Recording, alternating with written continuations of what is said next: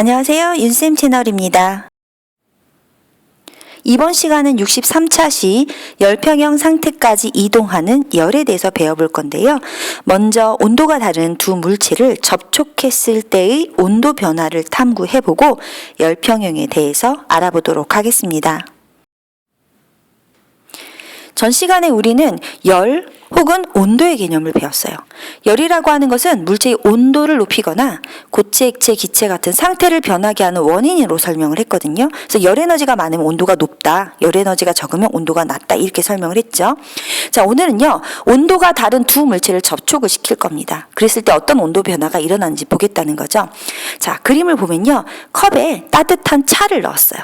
얘는 지금 뜨거운 거예요. 온도가 높은 거예요. 열 에너지가 많은 겁니다. 하지만 주변에 있는 이런 공기 입자 보세요. 공기 입자는요, 컵에 붙어서 따뜻해 라고 하고 있어요. 얘가 왜 따뜻함을 느꼈냐면요, 여기는 지금 컵 안에 있는 차는 열 에너지가 많고 주변은 열 에너지가 적은 거예요. 열 에너지가 많으니까 얘는 온도가 높은 거고요, 주변은 열 에너지가 적으니까 온도가 낮은 겁니다. 그런데 이렇게 공기 입자와 컵이 만나고 있는 거죠. 자, 그럼 하나는 고온의 물체고 하나는 저온의 물체가 되겠죠. 이때 열 에너지가 이동을 합니다. 고온의 물체에서 공기, 저온의 물체로 열 에너지가 이동을 한다는 얘기죠. 즉, 이 차 입장에서 보면요, 열 에너지를 주변으로 뺏기는 거예요. 그러니까 차가워지고 있다라고 말하고, 열 에너지를 받은 공기 입자는 따뜻해 라고 말할 수 있다는 거죠. 정리하면 온도가 다른 두 물체가 만나면 열 에너지가 이동한다. 어떤 아이는 열 에너지를 잃어버리고 어떤 아이는 열 에너지를 얻는다는 얘기죠. 결론, 뜨거운 차가 시간이 지나잖아요. 뜨거운 차는 시간이 지나면 식게 되겠죠. 식는다. 냉장고에서 꺼낸 시원한 주스를 가만히 내버려 두잖아요. 시간이 지나면 미지근해집니다. 주변으로부터 열을 받아서 그렇게 된다는 얘기죠. 이제는 교과서에 나와 있는 실험을 한번 소개해 볼 건데요. 자, 그림을 먼저 보겠습니다. 지금 스타이로폼으로 되어 있는 커버가 씌워져 있는 이런 그릇이 있는데 얘를 열량계라고 해요. 여기 안에다가 뜨거운 물을 담아주는 겁니다. 여기 안에 겉은 스타이로폼 재질로 되어 있어서 안에 있는 열이 바깥으로 나가지도 못하고 밖에 있는 열이 안으로 들어오지도 못하는 그런 단열 소재로 되어 있습니다. 스타이로폼은. 자, 안에 있는 알루미늄 컵에다가 뜨거운 물을 먼저 붓는 거죠. 그럼 선생님이 보이지 않는 내부 컵을 그려보면 여기에 이렇게 뜨거운 물이 들어있는 겁니다. 그런 다음에 옆에 그림을 보면 조그만 알루미늄 컵을 준비해요. 거기에다 찬물을 넣는 거죠. 그러면 찬물이 들어있는 알루미늄 컵은요, 이렇게 들어가게 되는 겁니다. 옆에 그림 이해가 되시나요? 물론 여기에는 찬물이 들어가 있는 거죠. 이렇게. 그런 다음에 뚜껑을 덮고 온도계를 꽂을 겁니다. 지금 이 그림만 확인하면 겉에는 뜨거운 물이 있는 거고 안에는 찬물이 있는 거죠. 뜨겁다, 고온의 물체, 차갑다, 저온의 물체 두 개가 접촉을 했네요. 그럼 여기서 열 에너지가 이동을 하고 각각 어떻게 변하는지 보겠다는 겁니다. 실험 과정 3을 보면요, 열량계 뚜껑을 닫고 뜨거운 물하고 찬물에다가 뜨거운 물, 찬물에 각각 온도계를 꽂는 거야. 온도계를 여기다도 꽂고 여기다를 꽂는다는 얘기죠. 그리고 나서 1분 간격으로 뜨거운 물은 뜨거운 물대로, 찬물은 찬물대로 온도 변화를 측정을 해서 표에 기록을 하고 그 변화를 그래프로 그리겠다는 얘기입니다. 지금 시간 재면서 눈금 보고 있는 거 보이죠? 자, 이제는 1분 간격으로 뜨거운 물하고 찬물의 온도를 측정해서 표에 기록을 하라고 했는데 이게 그 표예요. 그리고 이 표를 보고 그래프를 그린 게 그림과 같습니다.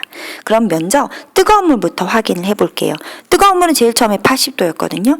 1분, 2분, 3분, 4분, 5분 시간이 지날 때마다 80도에서 57, 43, 34, 30, 30 이렇게 대체적으로 80도에서 30도까지 온도가 낮아지는 것을 볼 수가 있어요. 그에 비해서 찬물은요, 처음에 10도였거든요. 1분, 2분, 3분, 4분, 5분 시간이 흘러감에 따라 처음엔 10도였다가 18도, 25도, 28도, 30도, 30도 대체적으로 10도에서 시작해서 30도까지 온도가 올라가는 경향을 보이죠. 얘를 그래프로 확인을 해보면 뜨거운 물은 0분일 때 80, 제일 처음 0이었을 때 80에서 시작한 거예요. 1분일 때는 57, 2분일 때는 43, 3분일 때는 34, 4분, 5분 그 뒤에는 온도가 30으로 계속 일정한 겁니다. 그에 비해서 찬물은 처음에 10도에서 시작을 했죠. 두 번째 1분일 땐 18도, 2분일 땐 25, 3분일 때는 28, 4분, 5분, 6분일 땐 30으로 같아서 그래프가 이렇게 평행하게 합쳐지는 모습을 볼 수가 있습니다. 그 다음은요, 이렇게 뜨거운 물하고 찬물 두 물체를 접촉했을 때 온도 변화뿐만이 아니라 그 안에 있는 물들의 입자 운동에 대해서 좀 초점을 맞춰볼 생각입니다. 먼저 뜨거운 물부터 살펴볼게요. 뜨거운 물은 처음에 80도였어요. 그다가 온도가 같아졌을 때는 30도까지 떨어졌었죠. 80도일 때는 물을 이루고 있는 분자, 물을 이루고 있는 이런 입자들의 운동이 뿅뿅뿅뿅뿅뿅 속도가 이래요. 굉장히 활발하게 움직이고 있었어요. 하지만 30도로 내려가서 그림을 그려보면요. 지금 이 파란색 알갱이는 그대로 이 부분은 왼쪽 그림하고 똑같이 표시를 해보면 알갱이 3개 그대로 있는데 뭔가 달라졌냐면 여기는 하나, 둘, 셋, 여기는 빙글빙글 이렇게 되거든요. 얘는 굉장히 활발하게 움직이지만 여긴 2개밖에 없어요. 둔해졌다는 걸 확인할 수가 있어요. 결론. 뜨거운 물입자의 운동은요, 시간이 지나면 온도가 떨어진 것을 봤죠? 시간이 지나면 점점 활발하다가 둔해지는 것을 확인할 수가 있습니다. 그에 비해서요, 찬물을 볼게요. 찬물은 제일 먼저 시작까지 10도였거든요. 근데 온도가 같아졌을 땐 30도가 된 거예요. 10도였을 때 움직임을 확인해 보면 선생님이 지금 알맹이 칠하는 건 물의 입자를 얘기하거든요. 지금 빙글하고 하나만 지금 움직이고 있어요. 즉 움직이는 속도가 굉장히 느렸는데 30도가 됐으면 빙글빙글 움직이는 속도가 빨라지는 게 그림으로도 보이지 않나요? 자, 정리해 보면 찬물의 입자는요, 시간이 지나면 지날수록 온도가 올라갔어요. 온도가 올라갔군요. 입자 운동이 활발해졌다. 이렇게 정리를 할 수 있겠습니다. 자, 이제는 정리하기를 한번 볼게요. 실험을 정리해보면 1번 뜨거운 물하고 찬물의 온도 변화를 열이 이동하고 관련져서 설명을 해보래요. 뜨거운 물에서 찬물로 누가 이동을 하는 거예요? 그렇지, 열이 이동해요. 어디에서? 뜨거운 거에서 찬물로 열이 이렇게 이동한다는 거예요. 그래서 시간이 지나잖아요. 뜨거운 물은 온도가 낮아져요. 열을 뺏겼기 때문에. 찬물은 높아져요. 왜? 열을 얻었기 때문에. 뜨거운 물에서 찬물로 열이 이동했기 때문에 그렇다는 거죠. 두 번째, 뜨거운 물하고 찬물의 온도 변화 과정에서 이번엔 입자의 운동을 비교해서 설명을 해보래요. 뜨거운 물의 온도가 낮아지잖아요. 온도가 낮아졌어요. 온도가 낮아지면 입자 운동이 둔해집니다. 찬물은 온도가 높아지면서 입자 운동이 활발해졌다는 얘기죠. 나중에는요, 2개가 온도가 다 30도로 같아졌어요. 온도가 같아지면 뜨거운 물과 찬물의 입자 운동하는 정도는 운동 정도가 같아지게 되는 겁니다. 우리가 있었던 실험을 간단하게 정리하면 그걸 우리는 열평형 이렇게 말할 수가 있어요. 자, 온도가 높은 물체, 우리는 뜨거운 물을 사용했어요. 온도가 낮은 물체, 찬물을 사용했죠. 얘네 둘이 접촉을 하면 누가 이동하는 거예요? 그렇죠. 열이 이동합니다. 즉, 뜨거운 물은 열 에너지를 얘한테 주는 겁니다. 얘는 열을 줬기 때문에 온도가 낮아지는 거고요. 얘는 열을 얻었기 때문에 온도가 올라가서 나중에 두 물체의 온도가 같아진 상태를 이야기하는 거예요. 온도가 같아졌어요. 더 이상 열 에너지가 이동하지 않아요. 그러면 뜨거운 물이나 찬물이나 입자 운동 활발한 정도가 같게 되겠죠. 그걸 우리는 열평형 상태라고 합니다. 이번에는요, 뜨거운 물, 찬물 합쳐져서 열평형이 일어났을 때의 입자 운동만 확인을 해보면요, 뜨거운 물일 때는요, 여기 지금 꼬리 한번 보이나요? 뿅뿅뿅뿅 몇 개 붙어 있어요. 선생님 눈에 5개 보이거든요. 뜨거운 물은 그래, 굉장히 활발하게 움직이는 걸 확인할 수가 있어요. 그에 비해서 찬물은 뿅뿅 꼬리 2개 있거든요. 얘는 굉장히 느리게 움직이고 있다는 걸 확인할 수가 있어요. 그런데 얘네를 이렇게 접촉을 시켰더니 누가 이동하더라? 열이 이동하더라. 다만 조건이 있어요. 뜨거운 물, 열 에너지가 많은 곳에서 적은 쪽으로 이동해야지 찬물에서 뜨거운 물 쪽으로는 열이 이동하지 않는다는 거, 방향성을 가지고 있다는 거 여러분들 꼭 기억을 하셔야 되거든요. 열이 이동을 해서 얘는 꼬리 5개였는데 뿅뿅뿅 꼬리 몇 개예요? 그렇죠. 3개. 얘는 열 에너지를 잃어버린 거예요. 하지만 찬물 쪽은 꼬리 2개였는데 뿅뿅뿅 3개. 어때요? 왼쪽이나 오른쪽이나 활발한 정도가 같아진 거죠.